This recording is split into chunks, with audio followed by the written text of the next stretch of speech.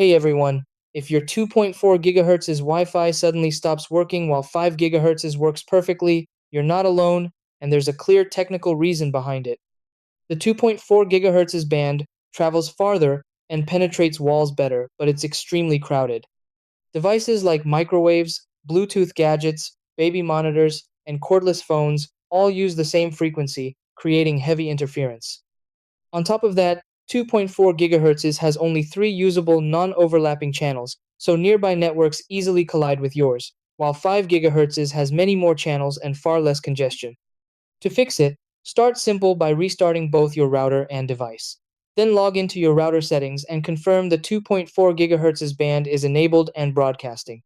Change the Wi-Fi channel to 1, 6, or 11, since these are the only clean channels for 2.4 GHz.